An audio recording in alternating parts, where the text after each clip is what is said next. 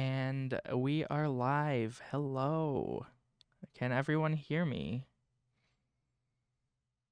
We are joined by our guest, Lawlz, and we will be doing the second episode of Behind the Screens finally. It's only been like half a year since the first episode, but we're back.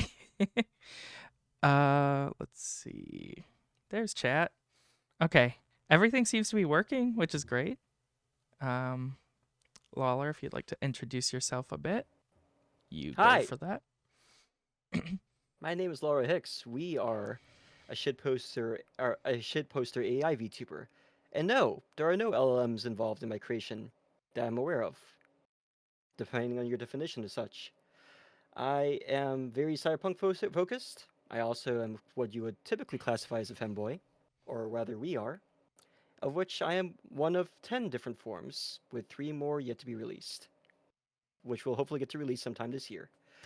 I'm obsessed mostly stream fighting games. And most recently, after about a month-long hiatus, started getting face first into Star Citizen, the game, which is totally not a scam and actually does exist. That's the reason why Uh-oh. that's pretty much been 90% of my entire social media for the past month. And I'm happy to hear. Well, we are very happy to have you here. I have to do a really quick edit to something, Oh, and then we can get started on our topics.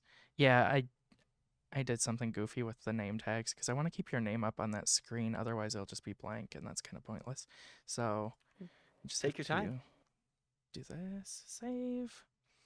It's okay. It's How's really, everyone's really Saturday easy. night? Really easy. And we're done. Oh, Okay. Now, if you want to just hop into the intro topics, we can do that. How's that sound? sounds great to me. I'm down for whatever. I should probably bring up your stream so I could see what the intro topics actually are. Okay. Well, yeah, it'll Let come me up in just. the middle of the screen once you're ready. All And right. I'll also Yeah. read the questions to you or prompts or whatever. So, Okay. introduce yourself with a fun fact. Oh no. The hardest question is front and center. Uh, I don't. It's something Re- something your viewers might not know about you is generally pretty useful.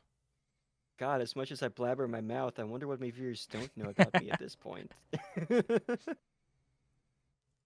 Actually, now that you mention it, one of the few things that I don't talk about, which is a very common question in on a lot of talk shows, um, but I almost never bring up, is the fact that even before VTubing, as much as I yell and scream about social media and influencers, yada yada yada, believe it or not, I have been in the YouTube game since pretty much not quite when YouTube was brand new, but around 3 years into it. Around the same time that I was a four that back around the same time that I was a 4chaner, I was also one of the early YouTubers, and my first YouTube videos were actually very early and very janky Fraps recordings of a little old program called Mugen, which was a Nice. semi-open source, yeah, right, a semi-open source program that you use to make your own fighting games. Surprise, surprise. It's like a customizable fighting game engine.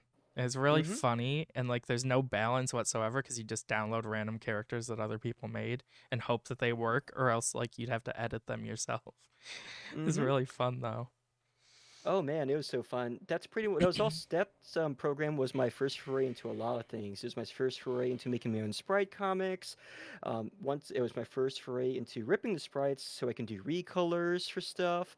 And I even had aspirations of using this thing to possibly make my own fighting game, which you could. There's actually some fighting games out there, indie fighting games. At least one of them is paid, but I don't think it's on sale anymore. That were literally based on Mugen. Um, and I did a lot of recordings of that.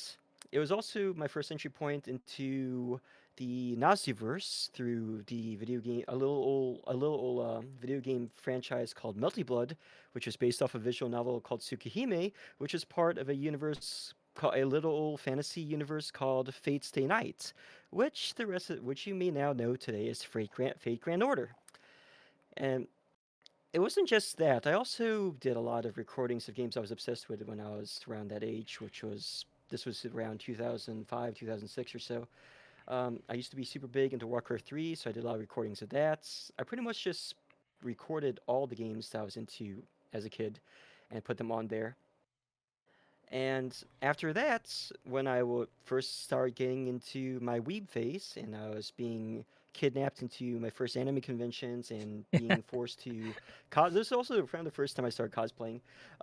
I used to do a web show, the theme of which is not anything scandalous, but I cannot even discuss because I'm fairly sure those early videos are probably somewhere on the internet and they will remain forever buried.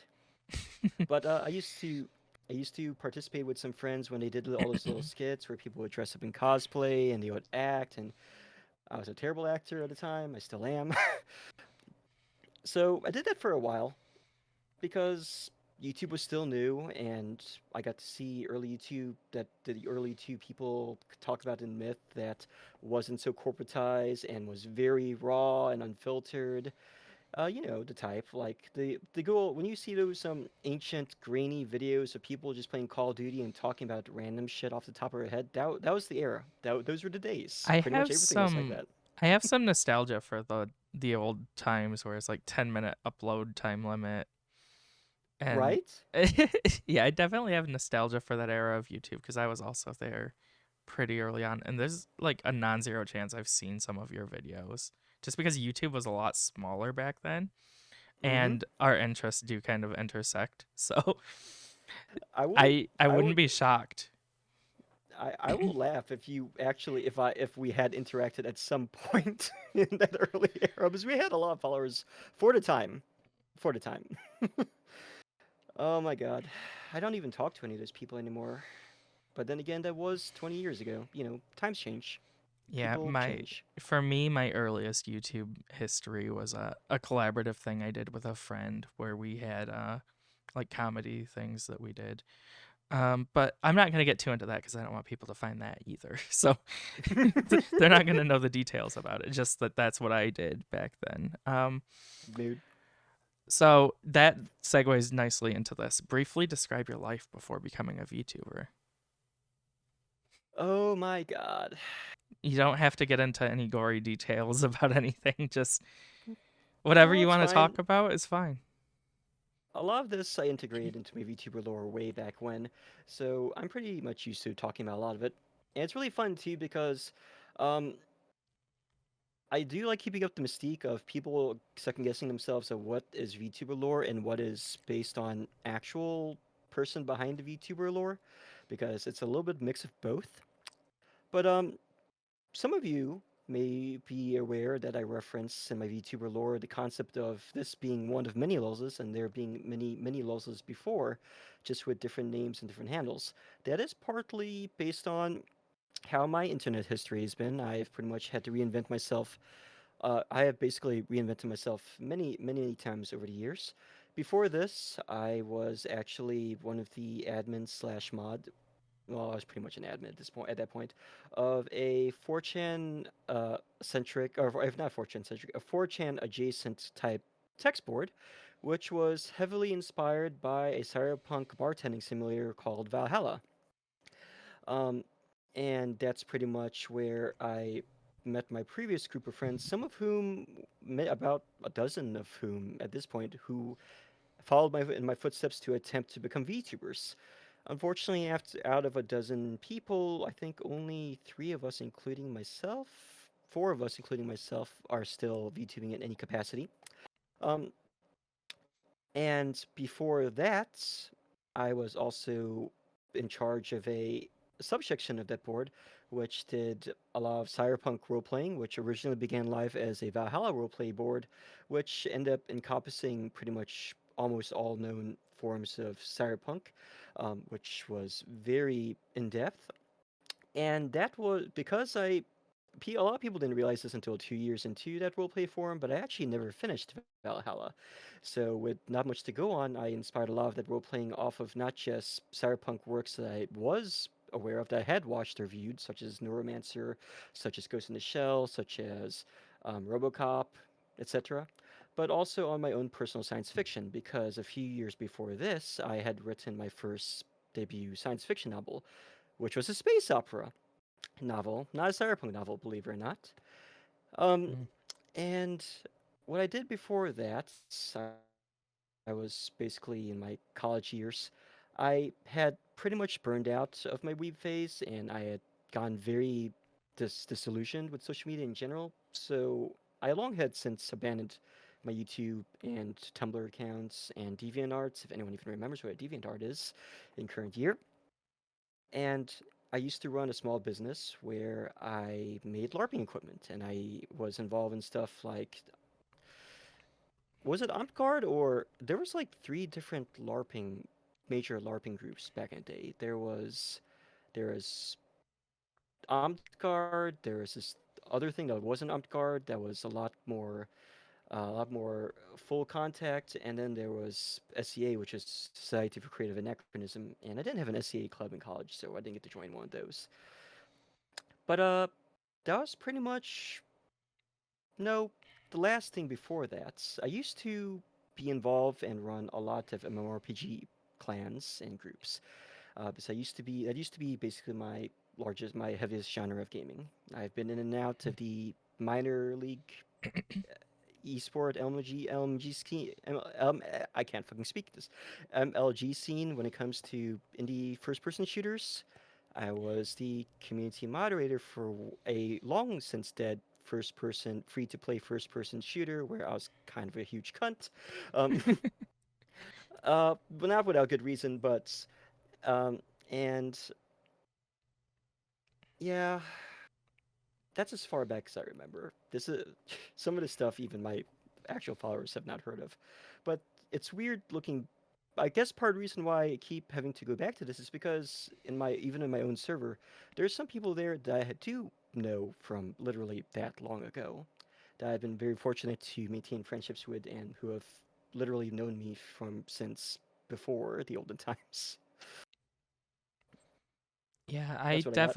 I definitely learned some things about you there that I didn't know, and we've been like mutual followers of each other for several years now, so that's pretty cool. Um, yeah, I definitely didn't know about the like LARPing thing you did, Oh, making that's LARP ancient, equipment. ancient lore. That's really cool though.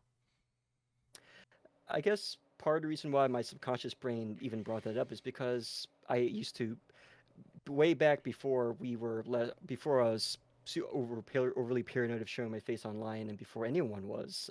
I used to even upload stuff like that online.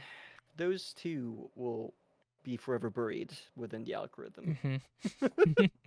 I get it. Forever. And then like the thing you said about being kind of a dick with your gaming thing. I've definitely found myself in that rabbit hole. It's like it kind of like the company you keep determines your attitude to some degree too. So like I get it Yeah, that's because true. I was in like a gaming. I'm just gonna call it a group. Where we played a specific game, and they took it way too seriously and didn't know how to have fun. So we all became a-holes about that game.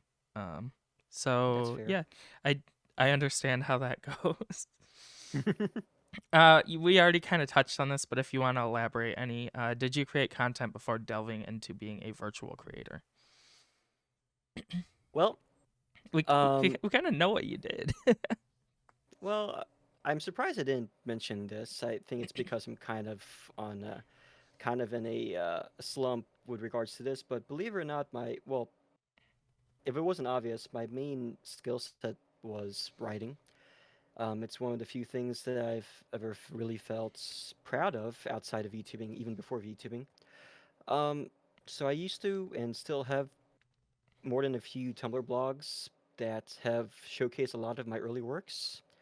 Um, Tumblr has been on my shit list ever since the major purge, and even when I tried to go back, it's such a hassle to use now that it's not worth my time. I feel like if I ever go back to blogging, I'll either just use Mastodon and Blue Sky as blogs, which I already kind of do, or I'll finally get off my ass and just make my own websites like I should be doing. Hmm. Yeah, when that So yeah.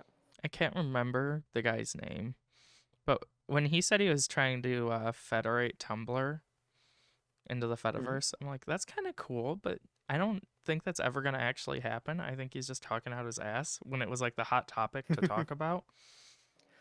Because they've been talking about it for Yeah, like years and never did anything to show like any progress in that like overhaul. So I don't expect that to happen, but for a moment I thought that would be really cool, just because like people who are already on Tumblr now have a way to connect with most other people. But yeah, that'd be cool. I don't think it's ever gonna happen. It was just a funny idea that he said he would do. So uh okay, let's move on to the main prompts. That's the intro prompts out of the way. Good job. I survived the introductory levels. Yep, those are easy mode. Uh-oh. Here we go. Uh-oh. Okay. What are some of your hobbies that might surprise your viewers? I'll go ahead and use a couple examples that I know I've mentioned every now and then, here and there, on stream or on my social media, but I don't think most people have either picked up on them or noticed. Mainly because these are very contradictory to how I present myself as a VTuber. Because despite being a cyberpunk VTuber who's overly paranoid, probably has a misanthropic streak, yada yada yada, uh, into a series of tubes, final boss, 4chaner, I'm actually an outdoorsy person.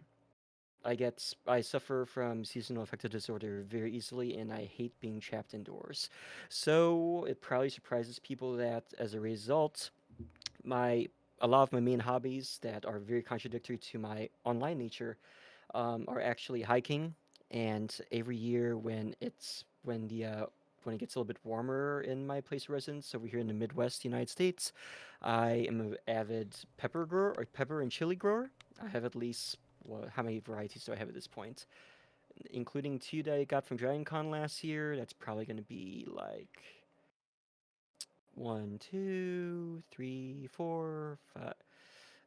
Fuck if I know. We're about a little over half a dozen, probably getting close to around 10 or so at this point, of Nice. pepper varieties. I love growing tomatoes. Tomatoes were the first things that I learned to grow, or I was taught how to grow when I was a kid, in part because they're one of the easiest plants, one of the easiest edibles you could ever grow. You could literally just throw them in the ground and they'll sprout on themselves. Um, really fond of growing aromatics like rosemary, basil, oregano, thyme. Oregano and thyme in particular are very hardy. For some reason, my plants have survived our dismal winters here, in spite of my best attempts to kill them. um, I, where the place where I reside is our values its ecodiversity and its parks, national parks. So I do love going out and pretty much just walking or exploring the great outdoors uh, from time to time. Let's see what else I do. What are some of your hobbies that might surprise your viewers? It was not until I became a VTuber that I started getting into things like coding, learning how to learning how into Linux and all pretty much all the stereotypical LGBT uh, stuff that you'd normally associate with You an wearing your LGBT coder person. socks? Programming socks. Uh, Funny that you mentioned that. I only started wearing or trying out and wearing thigh highs as early as 2 years ago. They're um, nice. they are surprisingly Except nice, and I don't know. I hate wearing them just because they slip down and it gets annoying because I always want to adjust. I'm like, okay, I got to pull this back up because it's slipping down my thigh, and I don't have Oh my garters, god! so When I went to Off Kai last year, I decided to wear them in public for the first time, and I was so self-conscious, like stopping constantly to pull them back up, and I was like, "This is the first time I ever dressed a femme in real life," and I feel the anxiety is horrible. were you wearing like a skirt or something?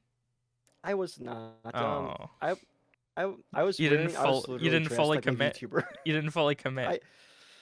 I I was It's okay. none of the Lawlzes have skirts. One of them has a cardigan and uh nothing and I mean they don't have pants. So that's probably the risk. I'm not gonna wear a playboy a bunny outfit outfit in real life. Sorry, Chad. I do not consider myself femme enough for that. But um, uh, no, I've thought about it, but maybe I'll look into it when I move out. For now, I purchased a kilt, which is like a is like skirt adjacent, and oh my god, it feels great. And also, that is I can get away with wearing that and not have to worry about any questions because we do have a strong Scottish community where I live, and obviously they don't give a shit. Yeah. I'm Yeah, not.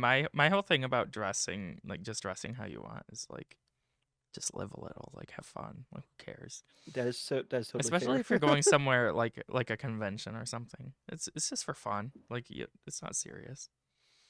That's true. Where would you like?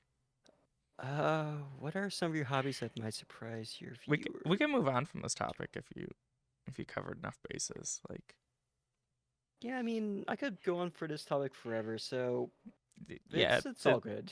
there's gonna be a lot of those that are like that. Hmm. What was your favorite subject in school? Oh my god. Was Some of it you may was it remember. writing adjacent? Just out of curiosity. No, because I didn't get any Okay. writing adjacent subjects until college, and by that point, it was a chore just trying to graduate from college as opposed to something done for fun. So I didn't enjoy it like I should have. Um, the last subjects I remember enjoying growing up were subjects I don't think are even part of school curriculums anymore. I don't.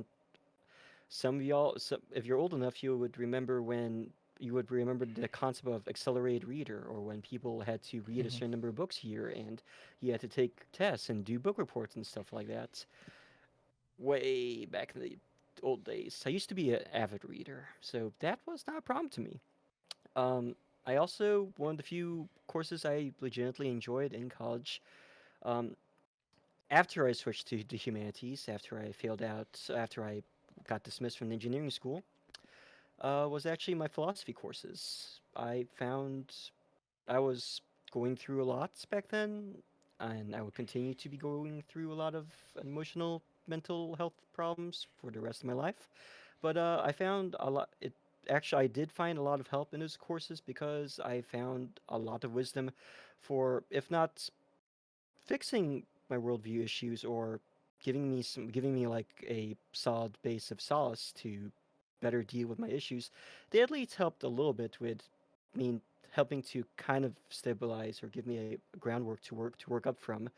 Um, Hmm. I I'm losing track of what I'm talking about. I'm basically talking about the philosophy courses, stuff like Plato 101, Nicomachean Ethics, all that good stuff, all the basic stuff. And even though I ended up not pursuing or continuing to pursue pre-med because I failed out of the engineering college at my university, uh, I ended up really getting into bioethics, which is a required part of pre-med at my university. And I feel like, especially today, God, a lot of people could stand to take more of those classes. It feels like. Uh, Oh yeah, no kidding.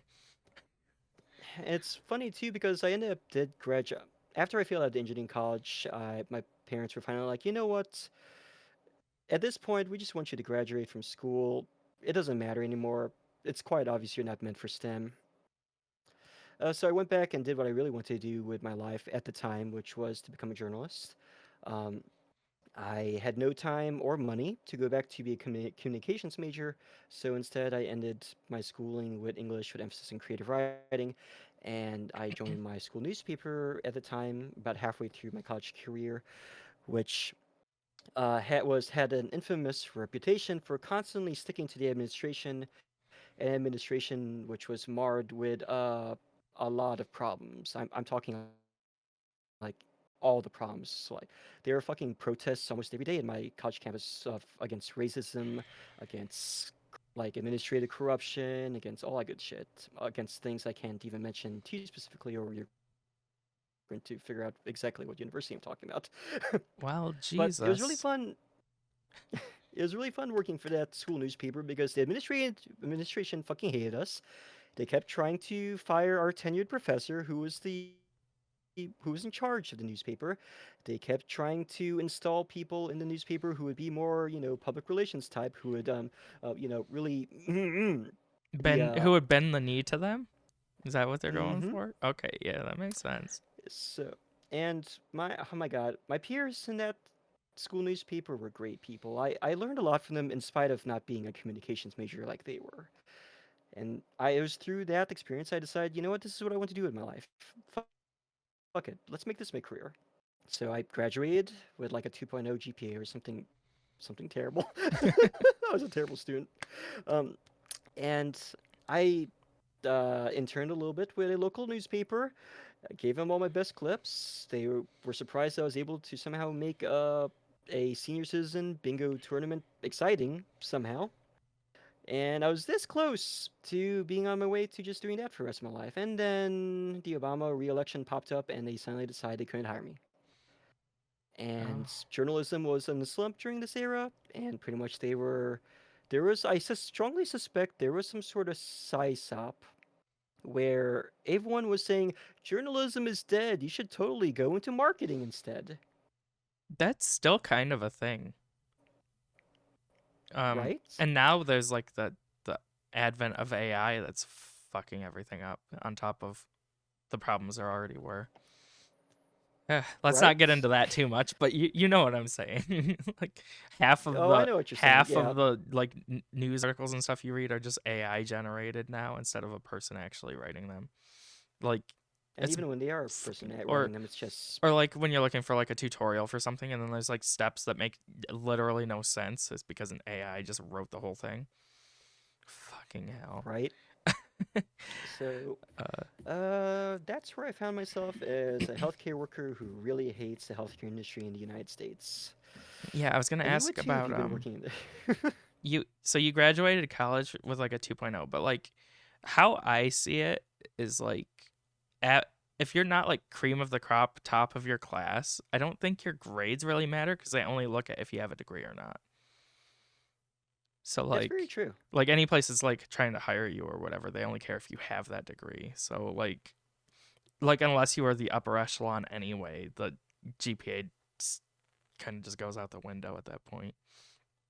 It's very true. Like in my original class, when I was a freshman, it was a class of 300, and only around maybe half a dozen of them graduated. And of those half a dozen, only two or three got jobs in the original field, and the rest ended up just washing out into pre-med anyway. And those people were insane. They had 4.5 GPAs on top of like a dozen extracurriculars. Yeah, So that's yeah, fucking and that's crazy. yeah, and they were cool people, and they definitely earned everything they got. But I'm not like them. I don't have that sort of neurodivergence. I didn't even neurodivergence wasn't even a term at the time, The way I say it is like I've got a different flavor of autism. right? I was never diagnosed with autism, but sometimes I think if things were different, if I if I was growing up in the current generation, maybe I would have been diagnosed. Instead, I got diagnosed with ADHD back when ADHD was being misdiagnosed and when it wasn't properly understood, and I was Hmm. being used as a test bed for all the new, drugs and shit. Yeah, I'm not formally diagnosed, but like, come on. Anyway, would you most rather prefer to find yourself on a beach by a bonfire or at a live concert? Oh my god. I love both of these things. It really depends on what kind of concert it is. Um, if it's a live concert for an artist that I both know and enjoy, probably the live concert, but it also depends on the company I have. Um, honestly, I've done both of these things by myself, and there's a lot to be said for having those sort of experiences to yourself, and the solace that comes with it, and the peace and quiet, or just I'm weird in the sense that I can be comfortable in a very loud place where I just kind of melt into the background and become a nobody, but I Hmm. could also be very comfortable in a place that's the complete radical opposite where I'm the only one there and I only have myself. But as I get older, I increasingly want to share these experiences with another person, and I feel like I can better appreciate another person, like a partner, in a beach with a bonfire with just the two of us, as opposed to a live concert where we're mostly focused on the music and less on each other. You know what I'm saying? Yeah, this is like just a litmus test of like your social preference because like a live concert's definitely like more of a chaotic thing, whereas like a beach bonfire is like a more intimate, close thing that you do with like close friends. So yeah, but I kind of see what you say, what you mean with doing both, because I'm kind of the same way. Like I like both. It just depends on the mood. Mm-hmm. What would you consider the biggest adventure of your life so far? Oh my fucking god.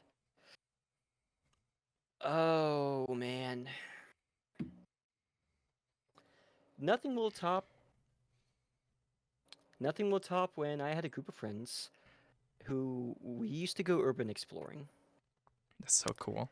Uh and should I define urban exploring Oh, first go for it. or all right. Urban exploring is the gray area slash probably illegal area where you literally, as the name implies, explore abandoned urban places. And must say abandoned because urban exploring places that are currently in use is without question trespassing, and you definitely no. I'm serious. Don't do that. I'm not going to explain why I'm being serious for once for that one thing, but do not do that. If you're going to go urban exploring, it has to be abandoned. So I used to go urban exploring with a group of friends when I was younger. Hey Caliber, welcome, welcome. And the greatest adventure of my life, which has not been replicated and will probably never be replicated again because I'm now pretty old and can't do this crazy shit anymore, was there was an abandoned cement factory, and my friends and I, one of whom is ex-military who used to enter this thing regularly, decide to do this one evening. And when we were going through it, we decided to go through the tops of this gutted cement factory, which best way to describe it is it basically looks like a building from Stalker's Shadow of Chernobyl. Chernobyl. This whole place looks like it's the setting of Stalker's Shadow of Chernobyl. Um, and we were going through there, and we were trying to maintain flashlight discipline because we knew that the current uh, holder of the abandoned cement factory had installed sound sensors and cameras in the area, and we had found ourselves at the very top of this gutted out building, which was at least 13 stories high, and we were on this rusted out catwalk that was staring outside, and across the rusted out catwalk was another smaller building. And when we crossed the catwalk to the other building, all of the innards of this building had been completely removed, so there was no way down except for a 10-story drop. Jesus. Oh, So we look down there and we're like, okay, it's time to go back. And then we hear the sound of rotors. And we stick our heads outside, and there's a helicopter circling around the cement factory with a searchlight. And that's when I'm like, fuck. is that a fucking police helicopter? So we start freaking the fuck out. And our leader was like, I'm just gonna jump. And I'm like, you are not fucking jumping 10 stories, dude. Mm-mm. Jeez, that's so So scary. we're starting to freak the fuck out, and we straight up like waited for the helicopter to fly away, Deus Ex style, fucking Deus Ex style, right? Wait for the wait for the cone of vision to fly away, and we went through there, and we like went through there through the rest of that catwalk bridge. Now, and we started kind of half running, half walking very carefully through the thing because the problem was since this is an abandoned cement factory with all the stuff gutted out, there were literal holes in the ground. Hmm. Big holes large enough, man-sized holes. If you weren't careful, you could possibly fall through one of these holes, and you will fall 13 stories with nothing to catch you except other rusted out parts of catwalk and concrete, you will die very painfully on the way down. And so we had to like flash our flashlights every so often so we didn't fall to our deaths, and we had to like try and retrace our way back, and we were like trying to run slash walk across the down these rusted out stairs, and we had to literally jump some of this bullshit because some of them were broken. Yes, just like in old platformer video games. You ever see in old platformer video games where you see these rusted out catwalks or these little stairs, and sometimes you have to jump over them because you can't just walk all the way up, otherwise you fall to your death? Yeah, we had to do that in real life. And we would do that, and we had to, when we finally did make it back to the ground, we had to go through these little tunnels where they used to have these furnaces and shit, right? And then we had to like try and make our way back with through memory only because this was the freaking 2010. Smartphone technology was brand new still. And we had to like walk walk through or crawl through underbrush and like literally run from building to building and looking outside to see where the fucking helicopter was, and then crawl underneath this like rusted out fence that someone had opened up previously with wire cutters. And then we had to like wait in the brush, and our leader was wearing a straight on ghillie suit. So he was half thinking that he could, if worst comes to worst, he could just fucking dive in there. But the rest of us don't have fucking homemade ghillie suits, so we're screwed. So we literally did all that, got out of the rusted fences and whatnot, and then had to walk like a mile or two all the way back to the cars, constantly looking around to see if we were being followed or anything. So We fucking got back into the car, and then we drove to a Denny's, and it was like 2 in the morning, classic. and we were just like, holy shit! I can't believe I recorded all that. I took photos of it and I posted it on a certain social media website, which will not be named. Yeah, gee, I wonder. Um, yeah, I got a question. So, Sure. do you believe that the helicopter was specifically looking for you? You as trespassers? Or could it We have don't. coincidentally been combing the area for something else? Honestly, it could have been many things. There are other people who urban explore in that area who are a lot less, or who are kind of disrespectful to the property and graffiti it and fucking literally Mm-hmm. do heroin. We have a huge heroin problem where I live. Did heroin and other paraphernalia in the area. It's possible that the original owners of this property is not really an asshole. He mainly installed those things there because he didn't want anyone to get hurt because he was kind of an eccentric person, and he was developing that property into the sort of thing that you would have that would have encouraged people to explore it anyway.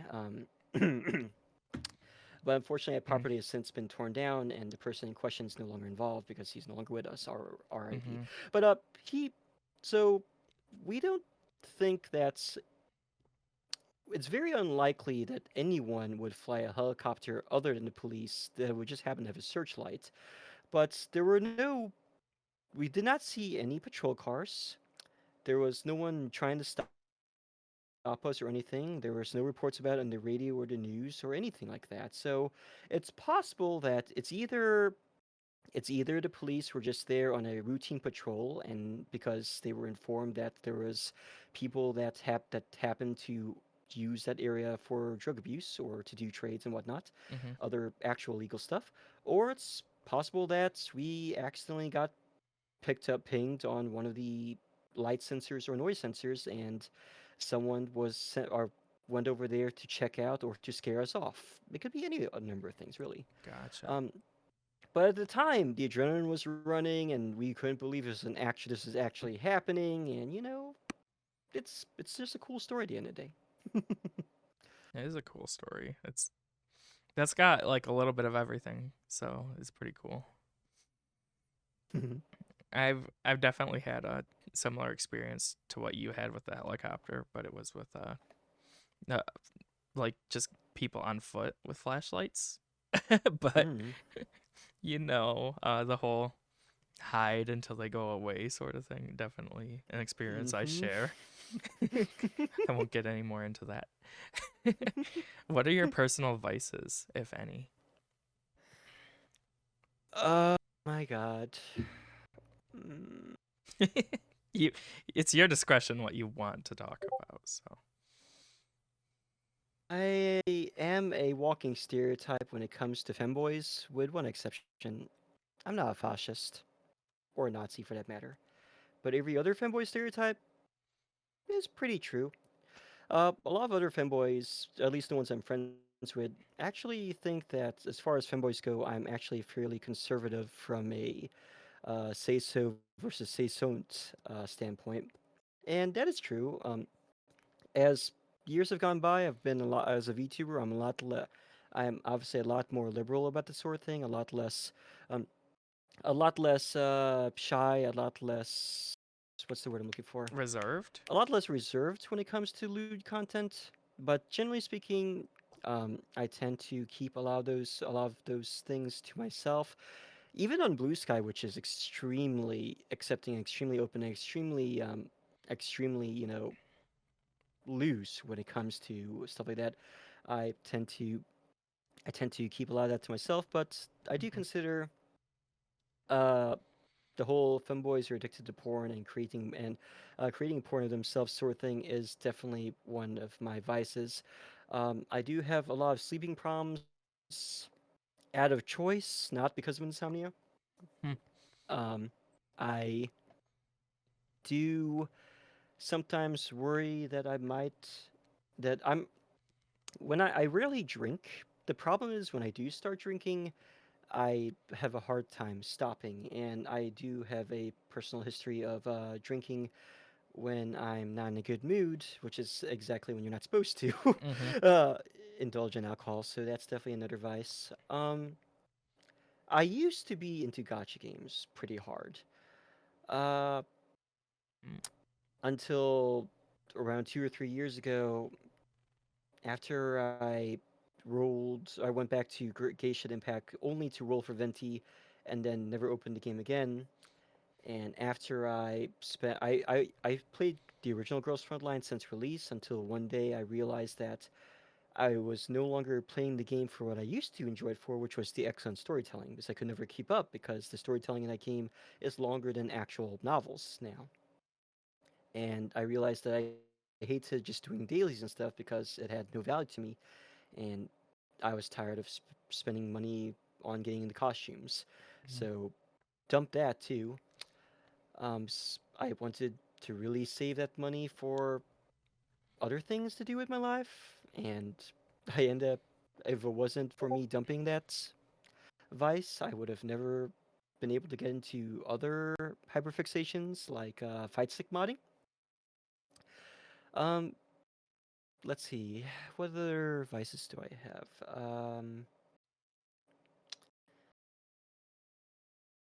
Uh, no, those are pretty much the two main vices that I Okay. still currently have, and one that I used to have until recently. It's not That I too could think bad. of. Could be worse. Maybe. I also get the like giving up something that you I guess I would consider that like growing out of something. Giving it Yeah, up because like you just have better things to do with your time and money. and I mean, I do have a lot of other downsides, but I wouldn't call them vices. I would consider it as more character flaws than anything else. Yeah, that's a little different. But Do you prefer to learn to fix problems or to have someone else fix them? oh my god, this is one of my character flaws. I absolutely loathe relying on other people. I actively feel bad Mm-hmm. when people do stuff for me or offer thing. This is different from receiving gift. I consider receiving and giving gifts a sacred thing. I prefer and I strongly prefer giving gifts to people than receiving them. So that's different. But people that like offer to help out or offer to do things for me or offer services that they would normally charge for, but they do for me either because of other reasons. mainly for the goodness out of their heart. I feel ultra bad about that sort of thing. I because um I I I base a lot of my personal self-worth off of my ability to be of service to people, and I consider the reverse being done to me being a burden to someone else. Mhm. So I often do try to fix my own problems whenever possible until unless it's something that is literally beyond my ability to fix. Like when I was learning Linux, I am so happy that even before VTubing, a lot of my close online friends are Linux nerds and Mhm. are unironically hackers. Unironic, they're literally in the industry because there's no I I don't have this background. And it would take years before I would develop the patience necessary to even begin to deal with deal with this sort of things. So I'm eternally grateful to the people who basically raised me as a Linux baby, and I still consider myself a Linux baby Yeah, anyway. But when did you first use Linux? Like a year or an age? the first time that I used Linux was actually when an ex introduced Linux to me through Well, you know, Manjaro. when I say Uh, use, I mean like your first proper desktop Linux use, of course. Just to be clear.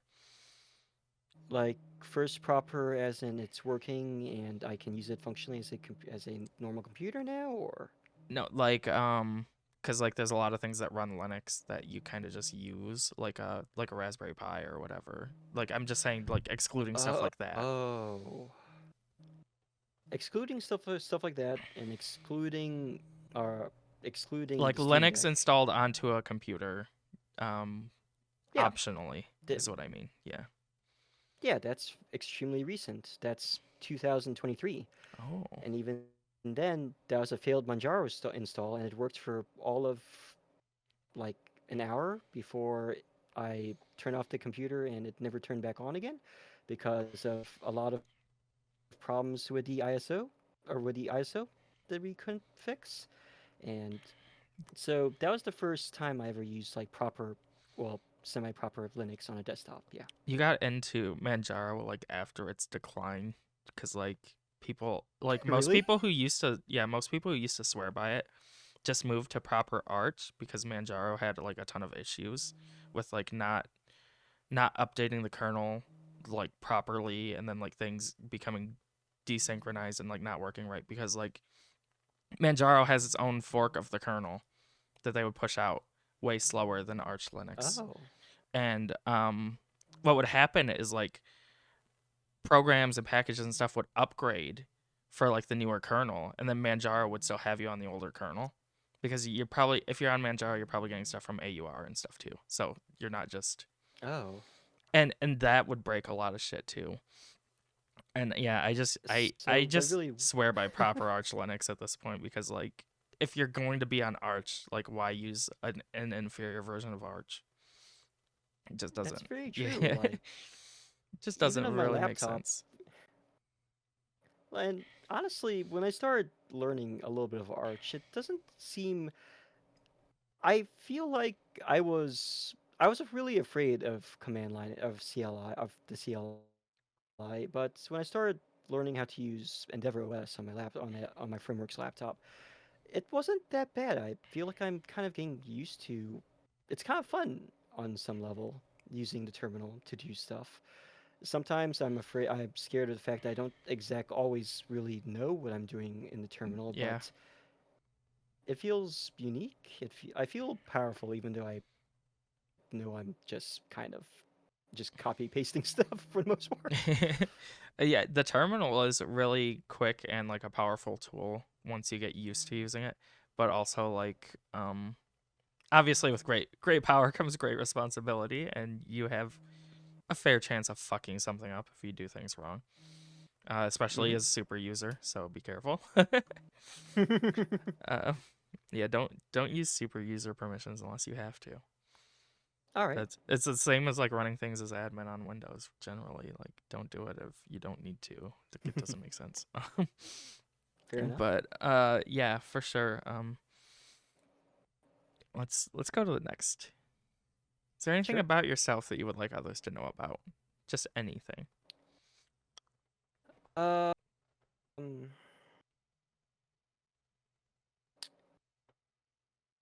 some of the stuff I feel like I pretty open about on social media. Like the fact that I am not Caucasian, I'm not white in the slightest, not even halfy. I'm actually Filipino. And the reason why my character looks like this is because one of my main OCs and one of the main characters of my science fiction novels is themselves Caucasian, even though I myself am not. Uh, I my heritage is very important to me, and I feel a lot of kinship with other VTubers who are also openly Filipino or Filipina. So that's why I tend to reference things like that a lot, or even now and then if I go off about Asian politics on social media, it's not me talking out my ass. It's because these things are important to me because I myself am Asian, Mm-hmm. or Southeast Asian in particular. Um, Beyond that, I also don't hide the fact that I tend to have a very cynical, paranoid streak. I'm a little bit better about now than I ever was in the early years, and I also understand that it sometimes uh, colors my worldview and the way I interact with people, often and for the worse. And I actively try to stay aware of that and to uh, actively counteract that, just because I kind of am tired of being a cunt. I mean, Mm-hmm. part of maybe VTuber lore is that my character is kind of a misanthropist, and there's a very good reason for unfortunate series of reasons for that. But also part of that lore is that they are starting to grow out of the misanthropy because of interacting with people and just ironically learning to be more human. So that was both intentional and it's also kind of my way of dealing with my internal problems. One of the ways writing is often not just about creating and exploring interesting ideas and brave new worlds. A lot of it is really just therapy for the writer themselves, and that's what I choose to make a lot of my topics about. And I assume if you've been following me for any length of time that you probably become aware of this fairly quickly. So if you're still around, I'm going to just assume that you're okay with that. Some people are not, and then they tap out quietly and politely after a while. And you know what? Fair enough. I don't blame you at all. Mm-hmm. But that's just something major to know about me if you decide to watch any of my content for any length of time. Yeah, that's like for sure. Like a lot of artists are drawn to creating because it's like an emotional outlet or like a way to express yourself that's like personal and impersonal at the same time because you don't have to rely on like another person hearing you out directly. But you can still like get your thoughts and ideas out. Hmm. That's what I feel with my music because that's what I use it for is just like a vehicle for emotion. Nice, nice. And the thing I thought was funny earlier when you said how your avatar is white and you're Asian and mine's like the opposite, but also my character looks whiter than yours. But she's Japanese. Yeah, it's just funny. Oh my god, the Japanese get so much shit about that too. And I'm just like, just because they make just because they make their characters white doesn't mean the characters themselves are white. That's just how they've chosen to depict them. There's It's also like there's all it's sorts a of whole skin thing, tones in Japan. Like you're not always like dark because you're Japanese. Like a lot of Japanese people could pass for white if they, if they really tried. Like it doesn't it's that's not true. crazy. Like people don't understand Like, that cuz like they see like this stereotype in their head and that's how they base right? their things. But yeah, not all, like Well, I'd say like probably not even half of Asian people are actually like dark, you know. that's very true. I guess that's true. I mean, growing up, I had a lot of racial dysphoria because I'm fairly light skinned, are lighter skinned, I would say, compared to a lot of my Mm-hmm. relatives who are darker skinned. But there's a whole variety of reasons for why that might be. So who knows? Okay. Um, while we're talking about you growing up, do you have any siblings, and what's your family life like? I have a lot of cousins, aunts, and uncles, and growing up, I there was like 6 of us or something living in the same house at one point, including an uncle and his children. So he wasn't, or I didn't have an actual like brother and sister, but they are functionally the same, felt or fit in the same Yeah, once roles, once you share a and house and like grow up together, it's like essentially that's most of where the bond comes from, so that makes sense. pretty much, and in the way our language works and in our culture, pretty much we use the same words that you would normally use to, as a word of respect towards an older person that or an older person that just happens to be a sibling would also be the same word you would use for brother or sister. So, for example, I had many kuyas and ates, which mean big brother and big sister, respectfully, but they weren't in the typical way, and they weren't in the typical blood related way, brothers Mm-hmm. and sisters. But I had a lot of family relationships which were like that. Um, it's interesting the way I grew up. Like when I tell people that my family was actually triracial, they give a double take, and when I explain that, and that's because my mom's side of the family is mostly based in the Philippines, but my dad's side of the family, when they moved over here, intermarried a lot. So I have family members who are white and who are African American, and are obviously white Asian mix and African American Asian mix. So I literally grew up with white people, black people, and Filipinos in my family, Mm-hmm. which is I'm which is I'm noticing I guess is not very common. In fact, when I explain that concept to people, some people can't wrap their heads around the idea of such interracial mixing. I think Um, thankfully that's and like a lot less judged now and like a lot more common now because like did it? for sure like kids being born today, there are some that I don't Mm-hmm. know, like you can't tell by looking what race they are or if they're mixed or what, because it's just like a normal, like it's definitely more normal at least where I'm from. And I'm from the Midwest too, Mm-hmm. just to be clear. But Oh, Pog. but yeah, where I'm cuz I work for the school district and I have like little kids on the bus. Like if I didn't Mm-hmm. know what their parents looked like, I couldn't tell you like if their parents were, both the same race or not, just because like it's not always clear. It's actually often not clear. So I'm kind of glad that's becoming just like a more normal thing that people are just okay with at this point. Older I am. people for sure though are weirder about that kind of Yeah. It's the. I'm glad that you brought that up because, like, the neighborhood I grew up in was fairly conservative and was I was one of the few Asian kids, much less people of color, where I live, and that was like 30 something years ago. Nowadays, most of the people living in my neighborhood are becoming increasingly Asian. So it's like, I mean, I guess that's just racial demographics and are changing over time, really, thing. Mhm. as people either die out or move out. I feel very fortunate in that it's turning out that way, especially with the way our country's been, the way our country's been lately. Yeah. Um, Sometimes when I do mention the state I'm from, people are surprised. They think it's worse here than it's depicted in the news. But no, I currently feel relatively safe where I am, just because I people won't look at me and be like, won't be surprised to see someone like me running around. But you know. Mhm. Okay, let's see. All right, we did that one. Hmm. Okay, do you have a job?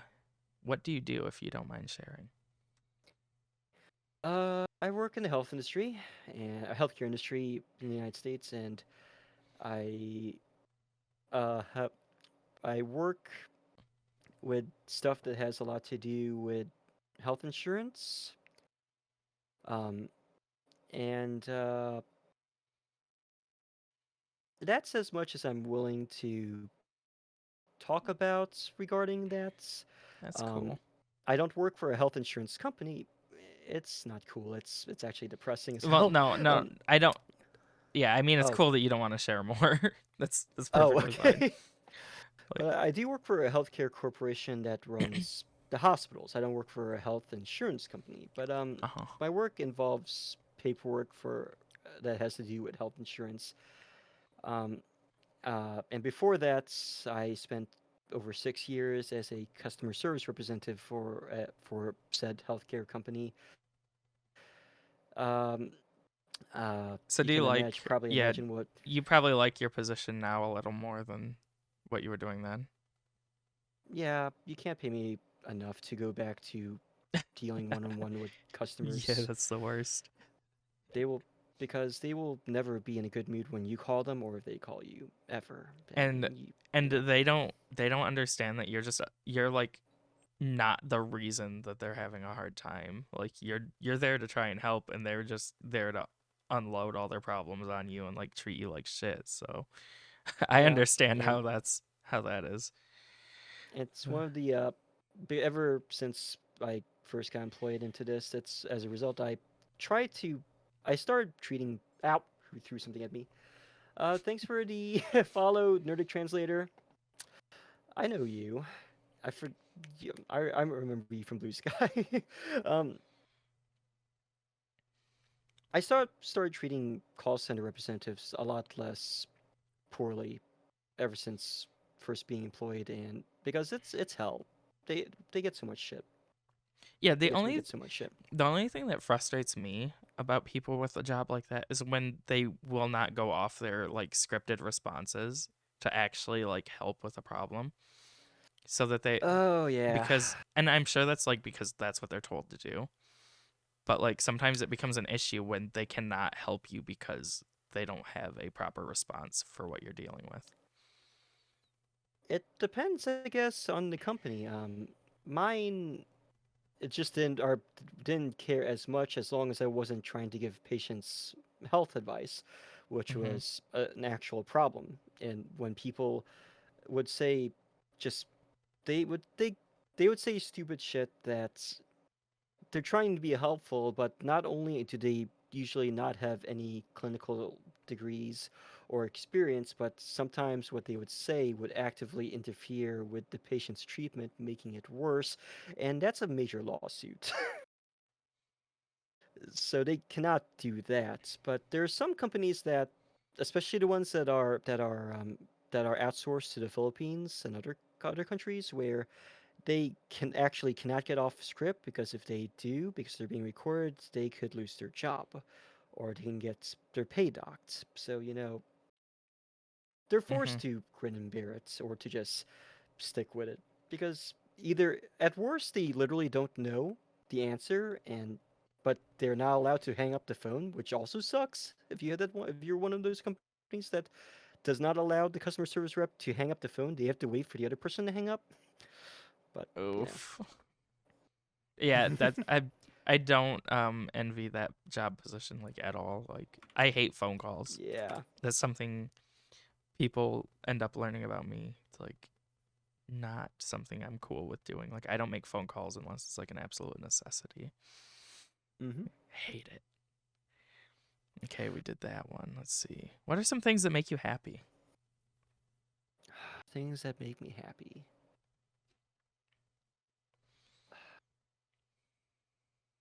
It'd be easier if I went with the things that currently make me happy. While I'm doing this though, just to let you know, uh, I think on my stream, my body is actually facing away from you, and I don't know if that was intentional or if that I think you're was. like slightly angled on mine, but I really can't fix it right now. It's like very slight though. It's Oh, like 15 degrees at hmm. most. I just Yeah, that's just me and problems, I guess. the positioning are really hard to do right. Like the tools are That's fair. not great. They are what they are, I It's suppose. so hard. But things that make me happy, going backwards. Oh man, I could go over with this. Things that make me happy: spending time with my partner, consistently makes me happy. Even when we don't do much, just the knowledge that I have someone in my life that I can embarrass in front of his friends and kind of dote on is something I've always kind of wanted in my life, and Hmm. I don't have the best history with that sort of thing, and so I I I'm always like grateful for that sort of thing, and because it's something I don't really think I really deserve, to be honest. But other things that make me happy are I'm super hyper fixated on Star Citizen. If Star Citizen would be my favorite game of all time if it wasn't a buggy alpha piece of crap. It does literally everything I ever wanted from a video game. It's the space game that I've dreamed of ever since I watched the original Star Wars for the first time. Everything you could do in Star Wars, and literally every space opera, TV show and series and a video game, you can do it in the MMORPG that is Star Citizen. Um, and yeah, I know we can do some of that stuff in Elite Dangerous, but I am not coping. I am extremely biased, but in a lot of ways, Star Citizen is actually manages to outdo even Elite, even though Elite is not anywhere near as buggy. So that's part of the reason why I keep putting up with Star Citizen. Um, I what things that other things that make me happy. So some of you, if it wasn't obvious, I am non-binary. I consider myself gender fluid. That's part of the trans umbrella. Um, Part of the reason that I continue to be a VTuber and why I'll probably never go back to being a flesh tuber ever in my life is because VTubing allows me to do things that I simply cannot do in the real world. I can be things and I can do things do things even hobby related and story related and content related that I can never do as myself just because of I guess this to say dysphoria is to say overly is to oversimplify it. It's more than that. It's just I know there are things that I can't be unless I model it myself. When when I pop onto VR chats using a model that I built with assets I bought of Booth, that I assembled together into something that I could go into a world and turn on the mirror and look at the mirror and actually and ogle myself, and I think to myself, wow, this is how I would look if this was real, if this was possible in the real world. Like if you could just pick and choose like different features of yourself, And not only, like a character not only creator. pick Yeah. exactly. There's a reason why I spend so much time on character creators in every game I play. But not just that, but the fact that I can be whatever I want at any time. I don't have to be locked one way or another. I don't consider myself trans femme. I consider myself gender Yeah, fluid. Some that's days definitely I like a more mask. I think this is a gender fluid thing is like I can just be whatever I want and that gives me comfort. Like Yeah. cuz I don't understand that in the same way because like there's one thing I want to be personally and Mm-hmm. that's what I'm happy with. So like I see what you mean though with being able to just change it on a whim is really cool. Mm-hmm. So that makes me really happy. It makes me really happy that in our cyberpunk dystopic hell, virtual reality is one of the few things that is turning out just as it was envisioned in science fiction. Dead ass. The only thing that we're close, but the only thing that we don't have yet is one-to-one sensation. Yeah, we're definitely I missing the senses just in general. Yeah, I mean, we don't have like smelling and like temperature and feeling. We can replicate it.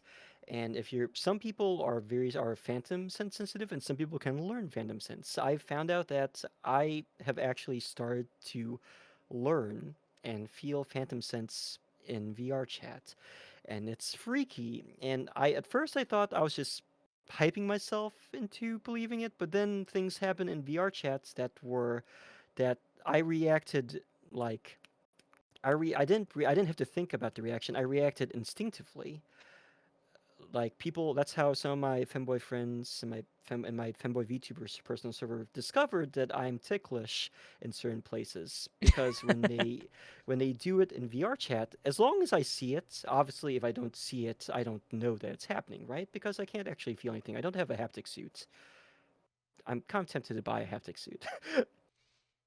But if I see it, I do react as if I felt it in real life, and it's fucking cool as hell. Some people have such a severe phantom sense that they've experienced pain. I don't have it that bad, but there's some people where if you run into them, if you like, because there's no collision detection on bodies in VR chat outside of certain worlds, if you run into them, they start feeling like they're suffocating. So there's some people that you have to be careful when you're around them, right? Mhm. But fucking virtual reality, I cannot get enough of it. I will never stop geeking out about how, of all the things that turn out to be true, this is one of them. And what's next? I mean, I could go on like on the sword thing forever. So Yep, we can move on. What's yeah, something you've done that you're most proud of? it's something that you've done that you're most proud of. Uh, there are many things. The most recent thing that I've done that I'm really proud of is that I crash course taught myself how to use Unity to make a VR chat avatar in a week, just in time for a date. Going Ooh. from zero Unity knowledge to enough Unity knowledge to make an avatar, spending the equivalent of part-time hours every day of that week up until the day of the dates. And the second thing that I'm most proud of is that I'm at a point in my Linux knowledge where I really could just install a Linux distro on people's computers. Mhm. Originally, I didn't know what the fuck I was doing, and my friends used to stay up until wee hours of the day, walking me through the process. So I didn't think that there's any hope in hell of me doing something like that. And after that, the third most thing that I guess I'm proud of is the fact that I made money as little as it is, and as little as it is off of doing this VTubing thing. I didn't expect I would still be a VTuber 4 years in. I have wanted to quit and have tried to quit many times, but many things have kept me around, and I'm glad I stuck around. And there are other things too, but those are just the ones in recent memory. Yeah. That's really cool. The thing that scares me about installing Linux for other people Hmm. is like they're gonna have problems and then they're gonna come to you. Yeah, that's true. Like that's like a definite thing that would happen. Yeah. Okay. I don't know if we. Oh yeah, here we go. Hmm. Have you ever feared for your health or life? Any near-death experiences, and can you tell us more about that? More than a few times. Mhm. There's a couple times in my life where I almost suffocated from a pretty bad spout of asthma. Um, there's a time that when COVID was still pretty new, and I thought I was going to die from COVID because this was in the early aught years. What was it? 2020? I can't believe that was. Oh my God, was that really 6 years ago? It really was Yeah, 6 years it ago. was. It's crazy. Um, We're getting old. back then yeah, we are getting old. Yeah, man, I'm 36. Uh, I thought I that was a terrible time. I don't mean to brag, but Uh, I'm 31, so. yeah. Yeah. I thought my life was over when I turned 30. No, that's the beginning. Yeah, that's a lot of people say that when you turn 30 is when you basically start self-actualizing. I can see why they say that though. Yeah, I Um, I started a little early because like I lost my mom when I was like 19, and then like I had to grow up I'm so like right away. sorry. Yeah, it was like I had to grow up like immediately, like even though I was totally unprepared. Mm. So it's just like, okay, you're an adult now. Do your thing, whatever that may be. And then I just like have been all over the place trying to keep up with life. But now I'm definitely Mm. more comfortable with where I'm at and more confident. So I'm glad to yeah. hear it. But I've thankfully Uh, I've only had one real near death experience myself, but it was really horrifying. mm, So never again, please. mood. I guess also that whole chased by a police helicopter and having to make your way through a gutted out Yeah, it's the cement factory that treacherous, could kill you was treacherous definitely terrain. another was also one of those. That would be a cool video game, like a video game where you do urban exploring, and then there's like all these things that get in your way, like Mm-hmm. obstacles and like horrible environments to actually explore. Mm-hmm. That would make for a cool I game, or like a VR game, especially. it's like Outlast, except without instead of the jump scare monster thing, it's the The police. the police and the environment are trying to get you. Mm-hmm. Yeah, that would be sick.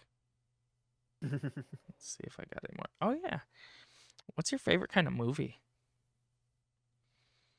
Ooh, my two favorite movies of all time was the original was The Dark Knight, the second Christopher Nolan film.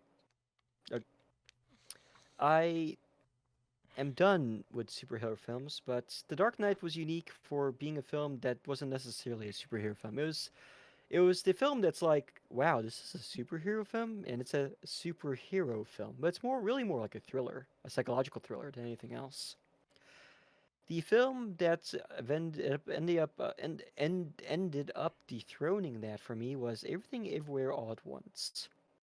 It's a sort of film that I am surprised was made, surprised was greenlit, surprised came out, and think it deserved every award it won because it did a bunch of things together that I would never expect any movie to succeed at doing in the United States. It was a it somehow combines several different genres together and doing all of them fairly well. It starred mostly mostly Asian cast, and the main characters were all Asian, and they were not stereotypes. And not only were they not stereotypes, but they that film hit on the what's basically almost one for one what it is like to grow up being a first generation middle class Asian American. I identify I it's not possible for me to watch that film without crying because I watched that film and I think this film really is about my life. In many ways, this film is about my life. And unfortunately, Hmm. unlike real life, my parents will not be like Evelyn. They they were. And I'm sad that that's just kind of how it's gonna be. They don't know about this. They don't know about being LGBT. They don't know that I'm dating a man, or Hmm. rather, they don't know I'm dating an AMAB who is also like me, non-binary, gender fluid. Rather, I don't, and I do I dread the day that if I ever have to come out to them because while they're not evil people, they're just from a different time and place, and you can't always expect people from that time and place to, you know. But yeah, um, those films traditionally, my favorite genres are actually things like horror and space opera, and thrillers. But the two films that I love the best are neither of those things. Oddly enough, right? Yeah, I fucking love psychological thrillers. They're Mm-hmm. so good. Like the ones that like mind fuck you. Those are Mm-hmm. my kind of movies personally. I love that. That it doesn't even have to be like, like a big twist, but like obviously Mm-hmm. that's just like a trope of the genre, but Mm-hmm. those get me. And then like the thing you were saying about it being like Asian American first generation representation, like that's representation matters so much, and people like so many people who are represented in like a ton of media try to downplay it because they're just so used to being like the focus. Like, your average cis straight white person is just like, yeah, well, no, it doesn't. It's fine if movies don't focus on these minority people ever. Like, no, how do you know? Like, every movie's That's about you. Like, you have no idea what you're talking about. it's even worse when you're part of a ethnic minority that's most of your representation in American media is either a stereotype or an insult. Especially like fucking Koihi Kwan, the character of Waylon in Everything Everywhere, Everything Everywhere All at Once. Part of the reason he burned out of the out of Hollywood, and why this that was his first role in what was it, 30 years or something, is because he could, after his roles with Indiana Jones, he could not get another part in a film ever again that wasn't an insult to Asian people Or making them or like to a him as joke. an actor. Yeah, and Eh. you don't realize how bad it was until you look. There was this film that's about Bruce Lee, right? And in that film, Bruce Lee went to the movie theaters with his wife, and in that movie theater, he was watching a film that had an Asian person, and it was the worst possible Asian stereotype. And in that film, where Bruce Lee was watching a film, he got visibly upset and he left the movie theater in this film. And I'm like, and it's really meta because that's exactly the problem right there, Mm-hmm. as depicted in this movie about Bruce Lee that he had to deal with when he was alive. Oh my god. Mm-hmm. I I get it. I totally get it. Anyway, It's like, yeah, it's either, as a minority, you're often either a plot device or a stereotype. It's fucked. yeah. Okay, this is a good next topic. What's your favorite kind of music? Oh man, when I was in college, I was really big into alternative rock, especially things like like Franz Ferdinand, The Killers, Arctic Monkeys. I unironically enjoyed listening to Weezer so on and so forth, Modest Mouse. Then later on, I got really deep into hardstyle, and then into a lot of electronic music, especially electro house. Although when I was a kid, when I my first exposure to electronic music when I was a wee babe was, believe it or not, happy hardcore. Mm-hmm. I believe it. when I was like uh, when I was like when I was like 8 or something, my first exposure to electronic music was happy hardcore. It was wild, Mm-hmm. and happy hardcore and trance music, and I still enjoy that sort of thing. Although, um, a lot of my I think I I tend to just kind of re-listen to a lot of music that I purchased from Monster Cat on repeat from over 10 years ago. I haven't listened to what the EDM electronic music scene sounds like right now. Um, but I was really a big fan, especially of euphoric style electronic music. There's euphoric hard style, there's euphoric trance.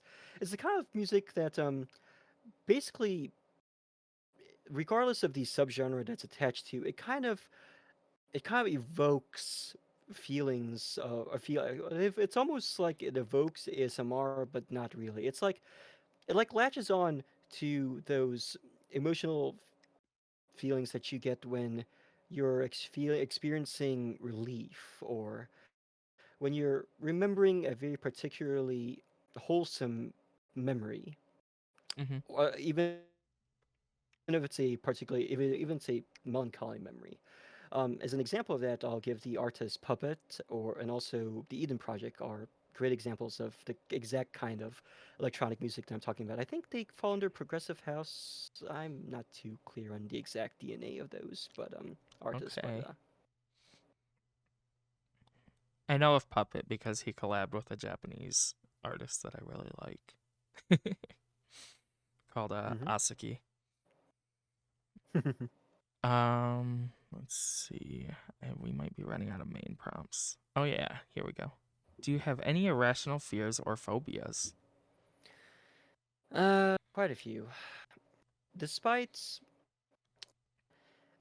I know some people will laugh at this because they're like, well, you live in a place that has a high murder rate and high crime or a high gun violence, and I'm like, well, yeah, but I have, knock on wood, not been a victim of gun violence, and yet, for the entirety of my life, I get really triggered from sudden, sharp popping noises. Mm-hmm.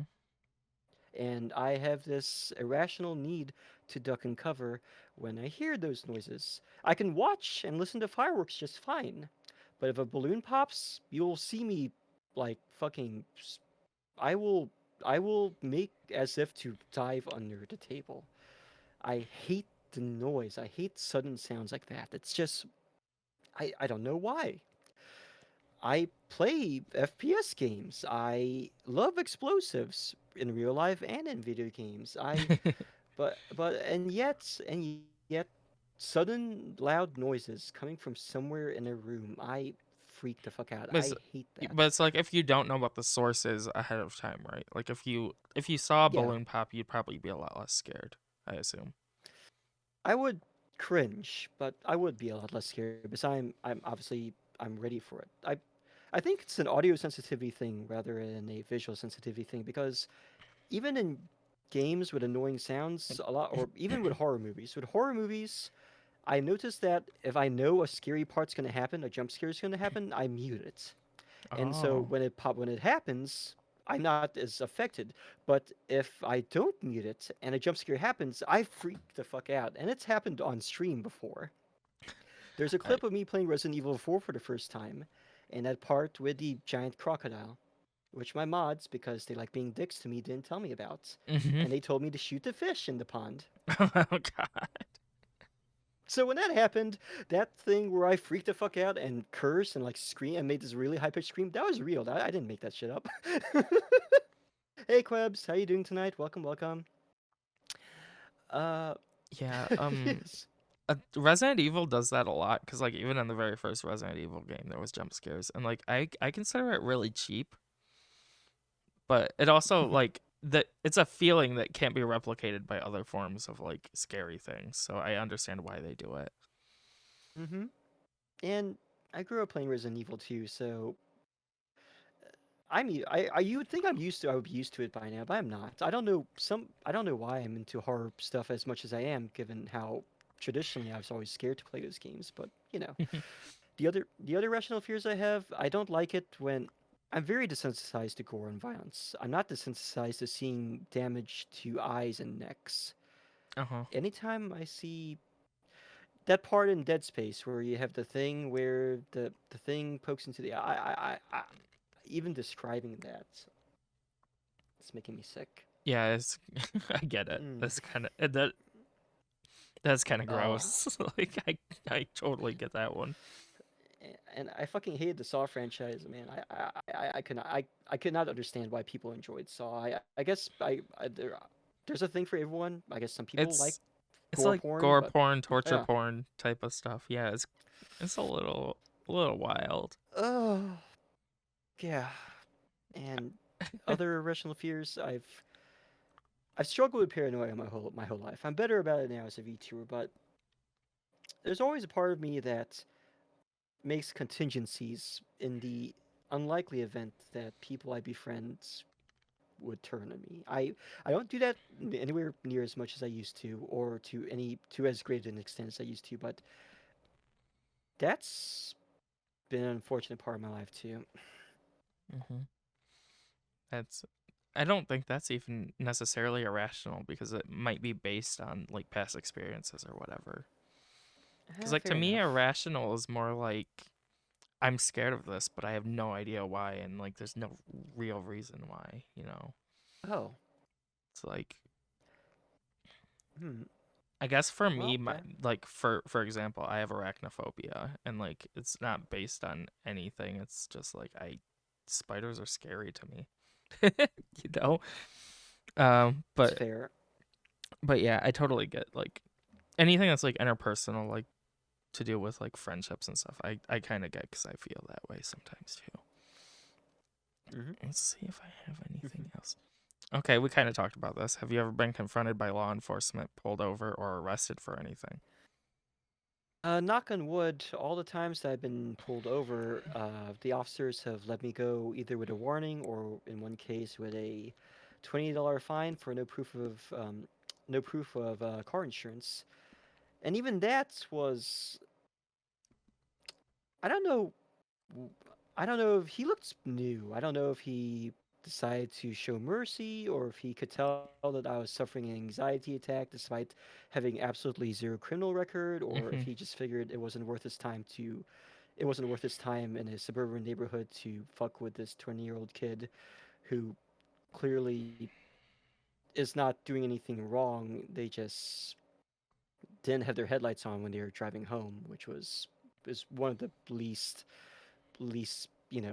least criminal things you could ever pull anyone over. So he just let me go. But I've been very lucky with the police where I live, where they're not.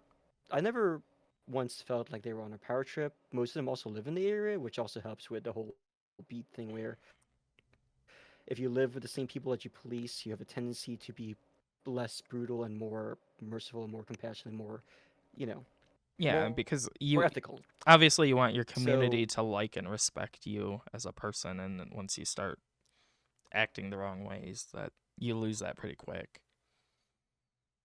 yeah, like the last time they came to my house to take my late grandmother to the hospital, one of them straight up commented when he was looking around the foyer, like, I think we've been to this house before. And I'm like, yeah, you guys have been here at least 4 times in the past year for different members of my household. And they're like, oh, that's Uh why. huh.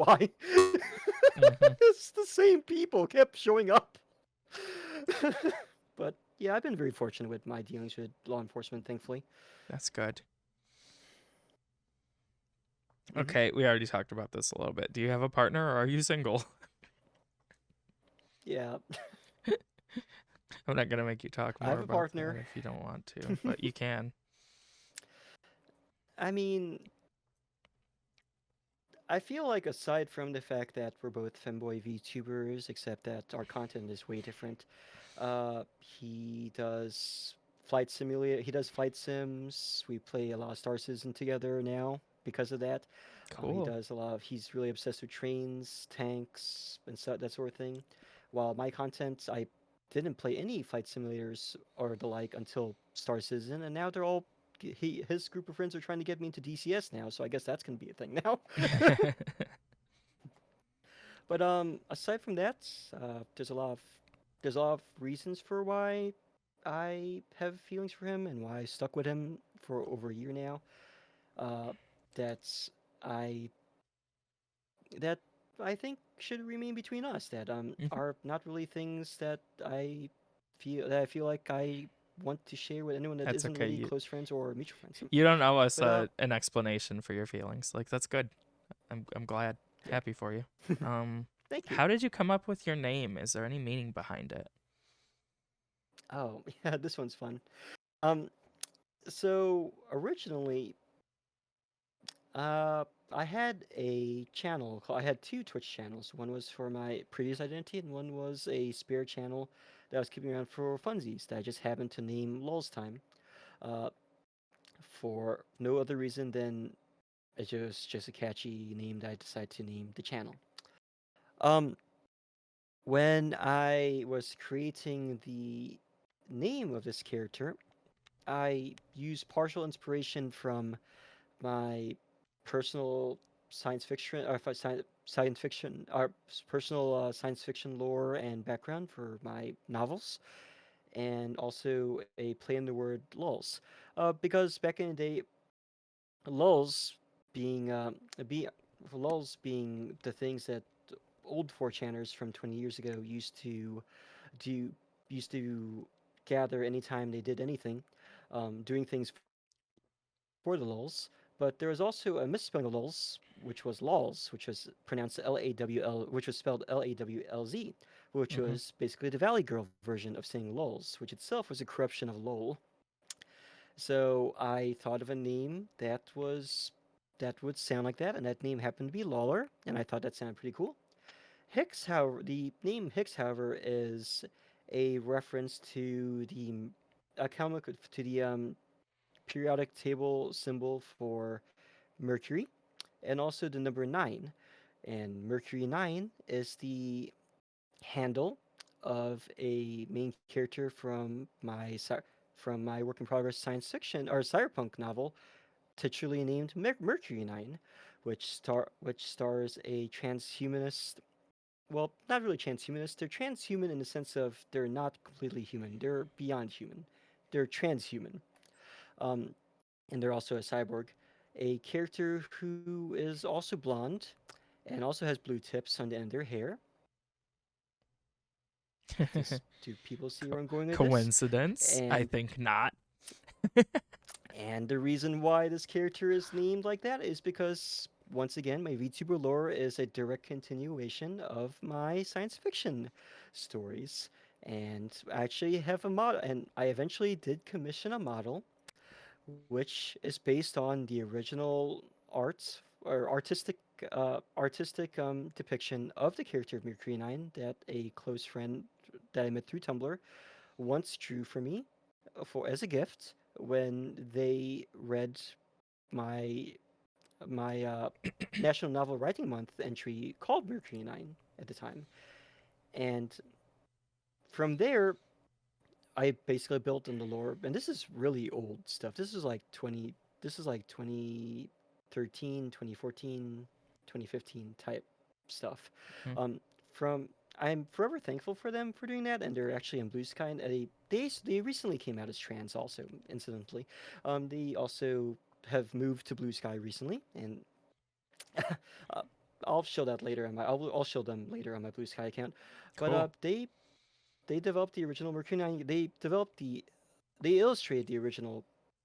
They made the original illustration of Mercury 9 based off of my science fiction, my OC of the same name, who later on, through a series of adventures in the original role playing community that I ran before becoming a VTuber, um, eventually had and I had a version of themselves, a copy of themselves, a copy of one of their identities, who would later develop into the creatures known as Lawler Hicks. Okay. And over the course of my VTuber lore in the past 4 years, I was slowly disseminating bits and pieces of why there's a connection of what we have to do with each other. And I was supposed to debut Mercury 9 herself last year, but I didn't get to because a lot of stuff fell through, and I have to rewrite some lore, yada yada yada. Hopefully, I'll get to debut those models sometime this year. That's awesome. I Hmm. I remember you talking about the name origins before with me, probably way back on Hmm. Mastodon actually.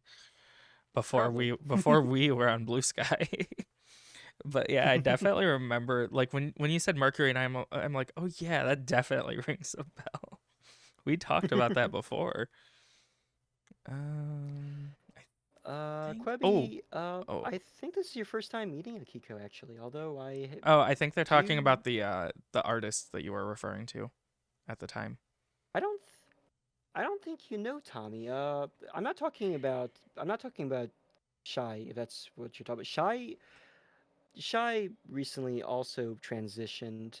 Uh, they are, he is trans mask, and he is the Void artist that who created my Mercury 9 model that I was really excited to debut, that I will be debuting soon. He's in the process of rebuilding his social media because he decided to terminate all his previous identity, which was under was back when before he transitioned. So I'll have to bring that. I'll link them later too. But yeah, All right, um, I've got one more topic before we move on to like the outro topics. sure. So, what is your ultimate dream or goal for the future? I'm tired of the healthcare industry, man. I, it's it would be cool if I can pivot entirely out of the healthcare industry into a career that is more content creator and just creative in general field, whether that be being a video game developer or doing this VTubing shit like for realsies or getting one of my novels published or any number of things. VTubing has made me dig out all of the hobbies that I threw away and shelved over the course of my life and made them relevant again. In part because the technology and resources and networking and context that I have now allows me to explore all of these things. I didn't have any of this when I was younger. But also because I'm not getting any younger, Hmm. it's time for me to do things with my life while I still have a life, while I'm still alive, so I don't have any regrets. Beyond that, I have a lot of the same typical things that a lot of people dream about. I would love to stay in my current relationship, see where it goes. I would like to move out. I would like to, do all the cool stuff that is always under fire in this country. Hmm. um, all that good shit. All the American dream, baby. Right. I think that's a very good answer to the question. So I actually really relate to the whole VTuber getting you back into like all the old things because like it definitely got me more into like actual art, which I'd been falling out of personally, and like Mhm. music is the one thing I never gave up, but like all the other little side hobbies I had, I was like they fluctuated in and out of my life. Mhm. We already did that. Why is that an outro topic? What do you usually do when you feel lonely?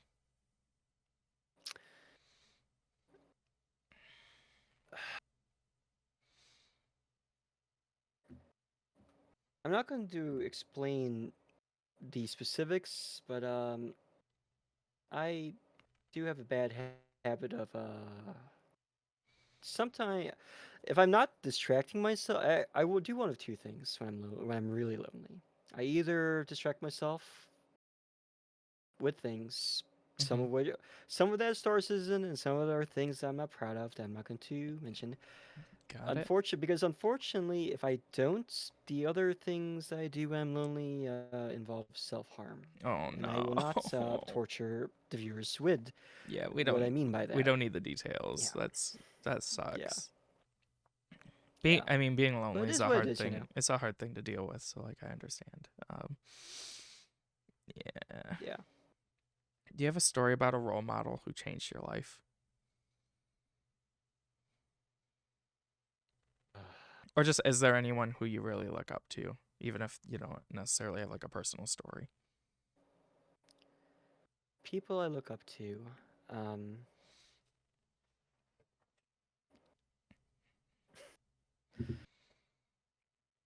I don't. I have some celebrities that I still like Manny Pacquiao, who is the world's greatest boxer. Obviously, that part of that's because I'm Pinoy, a Filipino, so Mm-hmm. of course I would look up to one of our national heroes, right? um, but I really look up to also some of my friends from my previous community, a couple of whom who ended up becoming VTubers themselves. Uh, One of them is the friend who got me into VTubing in the first place. She goes by Nuillicent on Blue Sky. She's been in and out of VTubing, but she originally was the one who expressed interest in VTubing, and I was coming kind of falling out of my previous friend group, so I followed her into that space. And if it wasn't for her originally giving the idea, I would have probably not joined up with that, and maybe would not be here today. The other person is the person who largely mentored me in learning how into Linux, who also debuted their own VTuber module, who I sometimes re-skeet on Blue Sky. They go by Morgan. Um, I think they're also non-binary. Uh, and they're a very sweet person. They are way too patient and way too nice for this world. Um, like a saint. And it's funny too because they've told me that I'm apparently their Oshi for VTuber. And like, I mean, Aw. I don't see why you consider me your Oshi when for me, I feel like you've had to deal with my bullshit, with my mental emotional problems over the past We several I think years. we're all like Um, that where but like where we're like you're really saying I'm your favorite, like that's weird, but like it's it's your friend and they're supporting you, so like of course, you know. yeah, fair enough. And so there might be So ways you look up to them and ways they look up to you, you know. that's true. Um, for like VTuber role models, believe it or not, I was not that into VTubers before I became a VTuber, and even to this day, most of the people I watch are not corpos. They tend to be other small indie VTubers like ourselves. I Um, believe it. I'm the same way although mostly. there was a VTuber who graduated, and I found out went corpo, and then got out of being corpo, and then a certain large VTuber displayed an incredible amount of compassion and bought out her original VTuber avatar from the corporation and gave it to her for not for free, so that she can continue VTubing as herself Mm, independently. And they kind of did that thing, which kind of rubbed me the wrong way, even though I understand why they did it, where they had to go away from their old life and completely into this new life as a VTuber. mm-hmm. Um, I ended up finding out also that part of it was for security reasons because apparently they were being stalked, so they were forced to literally kill their old identities in its entirety. So you know what? Fair enough. I can't be too mad at you for doing it in that case. But when they were on this previous identity, they were one of the few VTuber. I was a mod for them, and they were one of the few VTubers that when they talked at length about how they loved VTubing, how VTubers were there for her when she was in a really bad part of her life, and how she became a VTuber because they pulled her out of depression and out of self harm, how she wanted to be the kind of VTuber who could be like that for other people, who could be. I'm starting to choke up a bit. The kind of VTuber who could be this this bright this one ray of sunshine in an otherwise Oh. drama heavy and conflict filled in this industry, and she's one of the few VTubers that I've known. I had the pleasure of knowing and being friends with, that even at her worst, and make no mistake, seeing the things under the guys in private chats and whatnot, she struggled a lot with the same things, but she was when she said that sort of thing, and when she went live and the way she treated people, I really felt like she really believed what she was spouting and how Mm-hmm. she she was succeeding in what she wanted to do. And I feel that way heavily because she is like the complete opposite of myself. I'm hyper cynical. I'm super distrusting. I can Mm-hmm. and I don't want people to be like. I actively tell people. Part of the reason I actively tell people to not trust VTubers is what I'm really saying is don't be like me. Be the don't. I don't want you to be as depressed and paranoid and cynical as I am. And God bless them. There are VTubers like that who I feel grateful to be friends with, who are the complete opposite of myself. Who you could pop up anytime in their streams, and they are exactly or as far as being a cartoon character on Twitch is concerned, they are the personality and the character that they portray themselves to be. They are legitimately good people. Yeah. I agree with pretty much everything you said. The the whole aspect of like not trusting, I also think that is honestly just good advice because there are plenty of people who put on a face or put on a mask and like you don't know them personally. Like these aren't people you know that well necessarily. Especially if you're just Yeah, popping into a stream of someone like you're not someone you haven't interacted with directly before. They could be anyone at that point. So yeah, I do think true. that's very good advice too.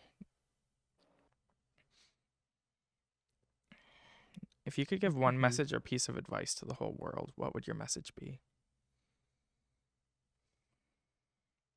Oh my god. This has changed a lot over the years too. I'm I'm going I but there's literally only one. As soon as you said that topic, there's only a phrase immediately popped into mind, and it's gonna be a line from Everything Everywhere All at Once. It's when Waylon says he just wants everyone to be kind. Mm, Because he feels like everything is his fault, he but he wants everyone to understand that ultimately everyone is just trying to do the right thing, not succeeding necessarily, but giving up on doing the right thing and becoming cynical and cold and is it's not the answer. The answer is even and maybe especially when it is hardest and when you absolutely do not want do not want to be is the most important time to to to not even do what necessarily what's right, but to do. There is no other way to say it. It feels oversimplified, but I don't know any other way to say it. Even in light of the fact that I participated in a cancel campaign against someone that I have no love for at all, I do not hide the fact that there is a lot of hatred in my heart for this person mm-hmm, that I believe is justified, and in part, I would not have the vitriol I have for this person if I wasn't once considered them a great friend at one point. mm-hmm. And yet, and yet, part of the reason why I got out of it quickly and I just wanted to move on quickly when they deactivated and left, I didn't feel. Here's everyone saying, "Lawlz, here's your chance. You can let it all out. You can rage and scream and say all the shit you want about it." And I'm just like, No, I'm tired, no. man. I don't give a shit anymore. I'm not gonna. I've said what I wanted to said. They did what I wanted. There's I, there's I'm also a fucking point. done. I'm Yeah, so done. there's a point where you go too far with stuff like that, and then you're like, you, you can be like on their level or you could be beneath them, and you don't want to bury yourself below them by just becoming a harasser either. Yeah, I especially think that's since, the right call. and not only that, it's part of it's because they're a reflection of how I used to be. Like all the shit they did, how they acted, how they reacted to everything is exactly how I would have been 10 years ago. Hmm. It's sickening looking. It's like looking at a mirror, man. I hope that they eventually are able to grow up like the rest of us and become a better person. That's all I care about at this point. And the yeah, Been there, done that. with that person, I was like, I was already not interacting with them anymore at this point. But the thing that set me off was the way they treated someone who I also really like to consider a friend, even though we're not that close. Like Yeah. you step on the toes of someone who I consider even like a loose friend, and like that just rubs me the wrong way, and I'm like, yeah, I'm done with you. Like I don't need to deal with that. So Especially yeah, since it was she just used to she and she used to talk so highly of that person too. But it's just like yeah, I don't know if the saying's like a bridge too far or whatever, but like something like that. Whereas it's like that definitely crossed my line personally. same for me too. So like there were already things that I was like, yeah, I'm not following. I'm kind of muting you so I don't have to see you constantly. But that was like, okay, time to actually go nuclear and like block and delete. Because I had that person as a friend on Steam and Discord, but I'm like, yeah, that's enough. Yeah. And that was our last topic. So if there's anything else you would like to say before we go, I will give you the floor. uh, honestly, I don't have too much to say other than I. thank you so much for letting me be on your show, and I'm really grateful that that you that you contacted me. Contacted me. Mm-hmm. I mean, I obviously I applied for this too, but I really appreciate that. I don't get to do this sort of thing very often, nor do I get the chance to talk so candidly on anyone's platform. So I really appreciate that. I'm glad that we've known each other for as long as we have. It's surprising when you look at your following and you realize who you've been mutuals and even friends with for literal years. Mm-hmm. In this industry, my God, that's a And thing I like feel like more people people need come and to. go too. Like so many people who I was like friends with have like given up their VTuber identities completely and just like disappeared. So it's really sad that you see all these people cycle and you're still sticking around doing the same thing that you've always done. So Hmm. it's like it's the same feeling of just like losing a friend when someone like moves on from this community and just doesn't interact anymore. Oh my God, you're so It's right. so sad. Caliber, we love There's a you. love you too, Caliber. There's a there. I actually have an entire friend group that after the person who was like at the top of it had to quit VTubing, the entire friend group fell apart. Not even because we all hate each other's guts anymore. It's just they were the core, and the core was gone, and Mhm. there was nothing holding us together anymore. And it's it is what it is. But God, that fucking losing that whole group was sucked. You know? Yeah, when like so my friend May, who I got really close with via Blue Sky, moved on. I was so scared that she would like never talk to me again, but we were friends on Discord thankfully, and we still Hmm. talk.